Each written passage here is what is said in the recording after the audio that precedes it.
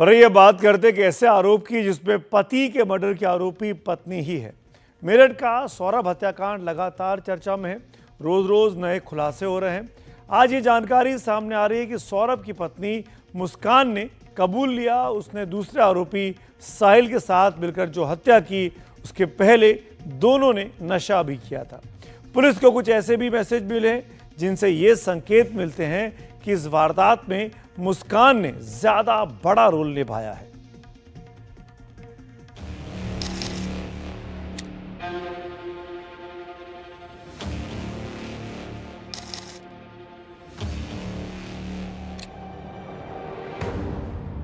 मेरठ के सौरभ हत्याकांड में अब तक का सबसे बड़ा खुलासा हुआ है।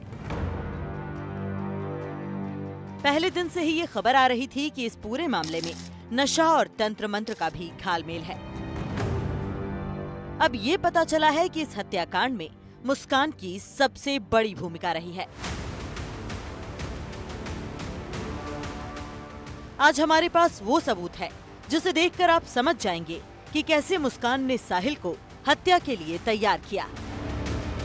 साहिल के मोबाइल फोन से एक पुरानी चैट बरामद हुई है जिससे पता चलता है कि फर्जी आईडी बनाकर मुस्कान उससे बात कर रही थी और उकसा भी रही थी। थोड़ी देर में हम आपको वो कमरा भी दिखाएंगे जिसमें सौरभ राजपूत की हत्या की गई।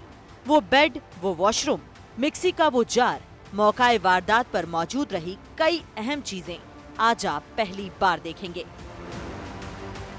लेकिन उससे पहले वो बड़ा खुलासा जिसने मुस्कान की मुश्किलें और बढ़ा दी हैं।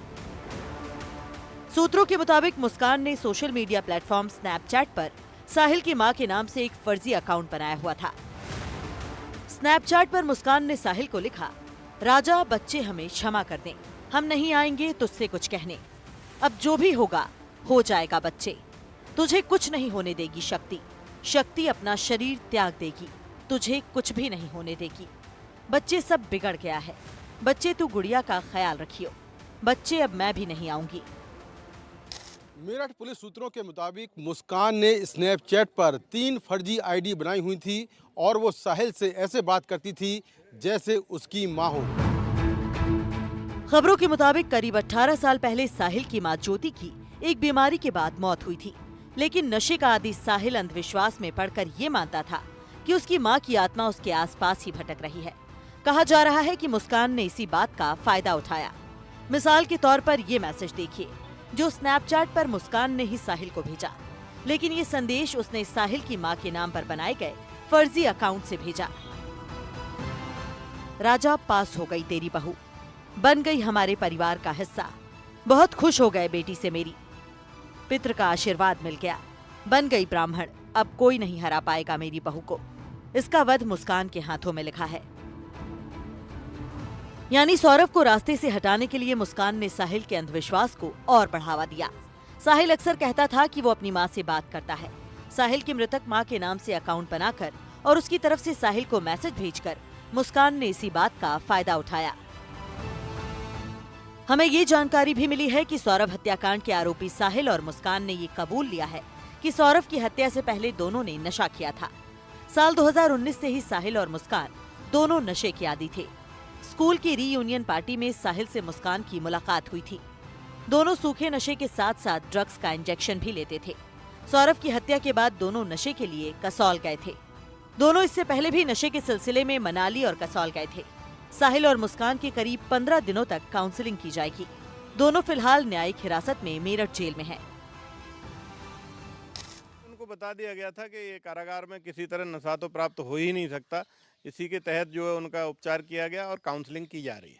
साथ में रहने की बात भी ये लोग कर रहे थे।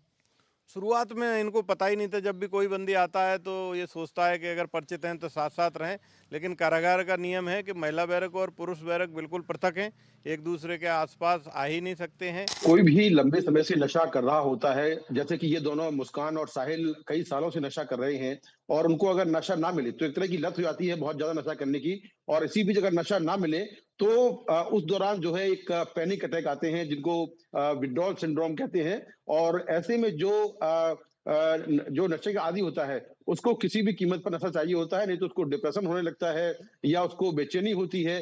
तो यही सारे जो चीजें हैं वो जेल में इन दोनों मुस्कान को और साहिल को हो रही हैं, क्योंकि ये लंबे समय से गांजे का नशा कर रहे हैं या फिर इंजेक्शन लगा रहे हैं, उसके जरिए नशा कर रहे हैं, स्मैक पी रहे हैं, ये भी कहा जा रहा है। तो एक तरह से रोजाना ये नशा करते थे और ऐसे में अगर इनको अचानक से नशा बंद हो जाए तो ये जो सिम्टम्स है ये आते हैं।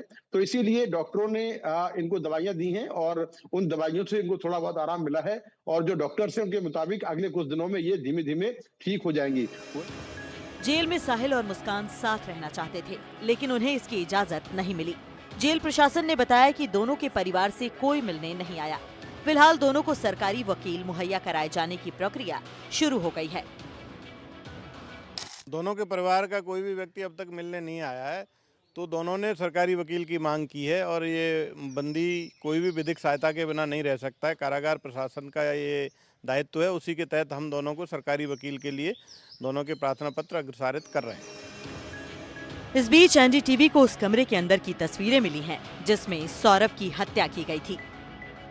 अभी तक आपने साहिल के कमरे की तस्वीरें देखी जिसमें शैतान की फोटो भी है और भगवान की तस्वीरें भी हैं, लेकिन अब आपको वो कमरा दिखाते हैं जिसमें सौरभ राजपूत की हत्या हुई।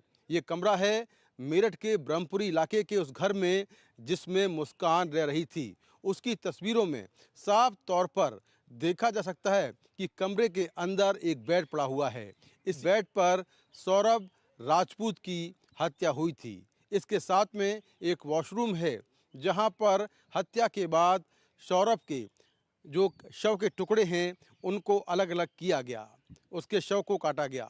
इसके साथ बेड पर एक मिक्सर ग्राइंडर भी पड़ा हुआ है जिससे इस बात का शक है कि क्या सौरभ की हड्डियों को क्रश करने की तैयारी थी।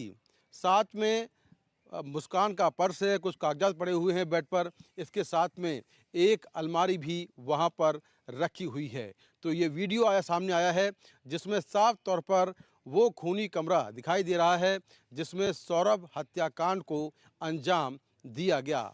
ये पूरी जांच जो है वो फॉरेंसिक एक्सपर्ट ने वहां पर की है और जो पूरा कमरा है उसकी मैपिंग भी हुई है। 3 मार्च को मुस्कान और साहिल ने सौरभ की हत्या कर दी थी और इसके बाद वो हिमाचल प्रदेश के लिए निकल गए थे।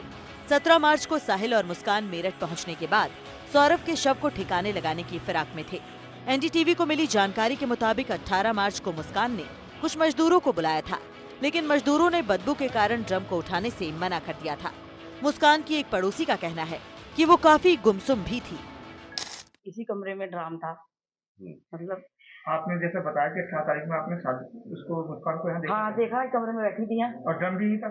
नहीं, ड्रम नहीं दिखा। ड्रम तो इस कमरे से वही दरवाजा बंद था, बस ड्रम वगैरह नहीं दिखा। नहीं, मैं बोलती नहीं थी। अच्छा, 3 तारीख की रात को जैसे घटना हुई, क्या कुछ अंदेशा? नहीं, कुछ नहीं पता चल पाया, कुछ भी। हमें हम यहीं थे अपने घर में, कुछ नहीं पता चला कि अंदर ये क्या कर रही है। 17-18 को आपकी बात हुई जब वो आई है? नहीं, मैं बोलती नहीं थी बिल्कुल भी। आपने कहा ना वो बैठी थी यहाँ? हाँ देखा बस मैंने, वो गुमसुम सी बैठी थी, अकेली बैठी थी। परेशान लग रही है? हाँ परेशान थी। वो ड्रम को ठिकाना लगाना चाह रही थी। अच्छा। लेकिन लगा नहीं पाई। 8-9 मजदूरों को लेके आएंगी कि मुझे कुछ सामान यहाँ से कहीं और ले जाना है। अच्छा। लेकिन मजदूर है ना, इतना भारी ड्रम था जो उधर से निकल नहीं पाया, तो वो चले गए सारे मजदूर। बताया जा रहा है कि जब मुस्कान अपने पति सौरभ की लाश को ठिकाने लगाने में नाकामयाब रही तो परेशान हो गई और अपने माँ बाप के पास जाकर उन्हें सारी जानकारी दे दी। इसके बाद ही मुस्कान के माता पिता उसको लेकर थाने गए और वहाँ पूछताछ के बाद पुलिस ने पहले मुस्कान और फिर साहिल को गिरफ्तार कर लिया।